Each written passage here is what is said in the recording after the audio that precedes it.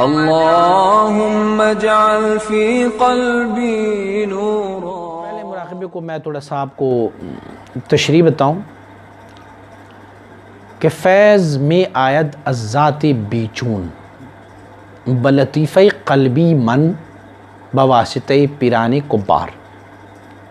فیض کیا ہوتا ہے؟ اللہ رب العزت کی انوار و تجلیات، رب کائنات کی کچھ اسماء و صفات ہیں۔ اللہ رب العزت کی صفات فعلیہ ہے، صفات ذاتیہ ہے، اللہ رب العزت کی صفات سلبیہ ہے، الہ العالمین کی مراتب قرب میں اعتبارات ہے اور شیونات ہے اور ذات ہے۔ ان ساروں سے جو ہمیں ویوز ملتے ہیں، ان ساروں سے ہمیں جو انوار ملتے ہیں، ان کا نام ہے فیض۔ فیض مجھے آ رہا ہے از ذات بیچون، ذات الہ العالمین کی ذات کی طرف اشارہ ہے، اور بیچون کی معنی فارسی کا لفظ ہے چون کی معنی کیوں، یعنی اللہ رب العزت کی ذات کی طرف کیوں، کب، کیسے، یہ الفاظ جو ہے یہ ممنوع ہے۔ فلہذا وہ ذات جن کی کوئی مثال اور شبہ نہیں ہے، وہ ذات جو کہ جن کی کوئی مشابہ ہو نہیں سکتا، لم یلد ولم یولد ولم یکن لہ کفوا احد ذات ہے، یہ لفظ بیچون اس پر دلالت کرتے ہیں۔ بیچون کے معنی ان جیسا کوئی نہیں، کب، کیوں اور کیسا، یہ رب کی ذات کی طرف راجع نہیں ہو سکتا۔ تو اس لفظ بیچون سے مراد یہ ہے کہ وہ ذات جو ان ساری چیزوں سے معرہ ہے، کب، کیوں، کیسے، اور مخلوق میں ان کی کوئی شبہ اور مشابہت نہیں ہے، وہ یکتا ہے۔ لفظ بیچون کی یہ معنی ہے۔ اب اگلا لفظ ہے کہ بلطیفہ قلبی من۔ لطیفے کے میں نے ڈیفینیٹ کیا تھا کہ لطیفہ کیا ہوتا ہے۔ لطیفہ وہ نرم چیز ہے، وہ جاری اور ساری چیز ہے جو اللہ رب العزت نے بندے کی کچھ جسم میں، کچھ اعضاء میں رکھا ہوا ہے، اور ان کی وجہ سے اللہ کی انوار و تجلیات کی ورود اور مرکز وہ جگہ ہوتی ہے۔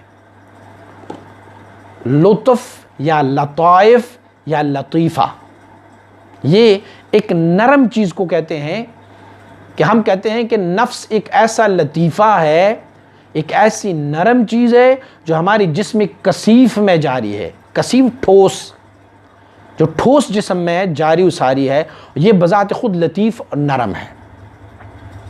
اب اس لطائف کو رکھنے میں ضرورت کیوں پیش آئی؟ تو میں پہلے بھی عرض کر چکا ہوں کہ اللہ رب العزت کی مخلوق کے ساتھ ان اللہ غنی عن العالمین، اللہ مخلوق سے مستغنی ہے، غنی ہے اللہ رب العزت، ضرورت نہیں ہے انسانوں کی رب کو، لیکن اللہ کریم یہ چاہتا ہے کہ یہ بندہ میرا وصل و قرب حاصل کریں، تو فلہذا ان کی جسم میں اللہ رب العزت نے کچھ ایسے مقامات اور پوائنٹس رکھے ہوئے ہیں کہ جس پر اللہ کی انوار و تجلیات کا ورود ہوتا ہے۔ ہم پہلے سلسلہ عالیہ نقشبندیہ کے اسباق میں بتا چکے ہیں کہ اب لطیفہ قلب ہے، ہمارے لطیفہ قلب میں اللہ رب العزت کی صفات فعلیہ کا ورود ہوتا ہے۔ نقطہ ہے کہ بلطیفہ قلبی من، قلبی میں جو یا کا لفظ استعمال کیا، قلبی، یا جو ہے یہ ضمیر ہے اپنی طرف راجع، یعنی میرے قلب میں۔ اگر ہم مختصراً دل کا لفظ استعمال کرتے ہیں تو پھر اس میں سے ہم لفظ قلب استعمال کریں گے، لیکن چونکہ مراقبہ میں کر رہا ہوں، میں بیٹھا ہوا ہوں، اسی لیے میرا مسئلہ یہ ہے کہ میں کہتا ہوں میرے دل میں، میرے لطیفہ قلب میں، تو اسی لیے لفظ قلبی جو ہے وہ میں عرض کرتا ہوں کہ لفظ قلبی ساتھ فرمائیں۔ قلب کیا ہے؟ حضرات مشائخ نے قلب کی وسعت کے بارے میں فرمایا ہوا ہے۔ حضرت ابن عربی رحمۃ اللہ تعالی نے لطیفہ قلب کی وسعت کو اتنی بیان فرمایا کہ ایک تو ہمارا یہ گوشت کا لوتڑا ہے جو ہمارے جسم میں ہوتا ہے، ایک اس کا اصل قلب ہے۔ تو آپ فرماتے ہیں کہ اصل قلب کی وسعت اتنی ہے کہ اگر ساتوں زمین اور ساتوں آسمانوں کو وسعت قلب میں ڈالا جائے تو یوں محسوس ہوگا کہ جیسے بہت بڑے صحرا میں 7 سکے پڑے ہوئے ہیں۔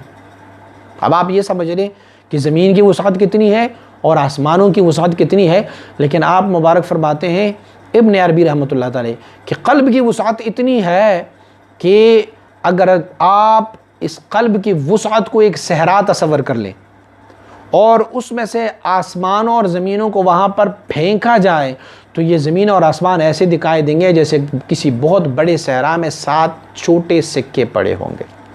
حضور سید عالم صلی اللہ علیہ وسلم مبارک نے لطیف قلب کے بارے میں، انسان کے قلب کے بارے میں فرمایا ہوا ہے کہ الا ان فی الجسد مضغۃ اذا صلحت صلح الجسد كلہ واذا فسدت فسد الجسد كلہ الا وهی القلب۔ حضور فرماتے ہیں آگاہ رہے، انسان کے جسم کے اندر گوشت کا ایک لوتڑا ہے، جب یہ لوتڑا صالح ہو جاتا ہے تو پوری کا پورا جسم صالح ہو جاتا ہے، وَإِذَا فَسَدَتْ، اور جب یہی گوشت کا لوتڑا فاسد ہو جاتا ہے تو فسد الجسد كلہ، پوری کا پورا جسد فاسد ہو جاتا ہے۔ حضور نے فرمایا الا وہی القلب، یہ قلب ہے، یہ دل ہے۔ اب آپ یہ سمجھ لیجئے کہ یہ قلب دل جو ہے نا، یہ ہمارے اس جسم کی بادشاہی کی بادشاہ ہے۔ یہ پوری سلطنت جو ہمارے جسم کا ہے، اس سلطنت کا ایک ہی بادشاہ ہے جس کو ہم لطیف قلب کہتے ہیں۔ حضور سید عالم صلی اللہ علیہ وسلم کے ارشاد گرامی ہے الشیطان جاسم علی قلب بنی آدم اذا ذکر خنس و اذا غفل وسوس۔ حضور نے فرمایا کہ شیطان نے اپنی چنگل انسان کی قلب پر لگائے رکھے ہیں، شیطان نے اپنی چنگل انسان کے قلب پہ لگائے رکھے ہیں۔ جب یہی قلب ذاکر ہو جاتا ہے تو پھر کیا ہوتا ہے؟ پھر یہ شیطان بھاگ جاتا ہے، اور اگر یہ قلب غافل ہو تو پھر کیا ہو؟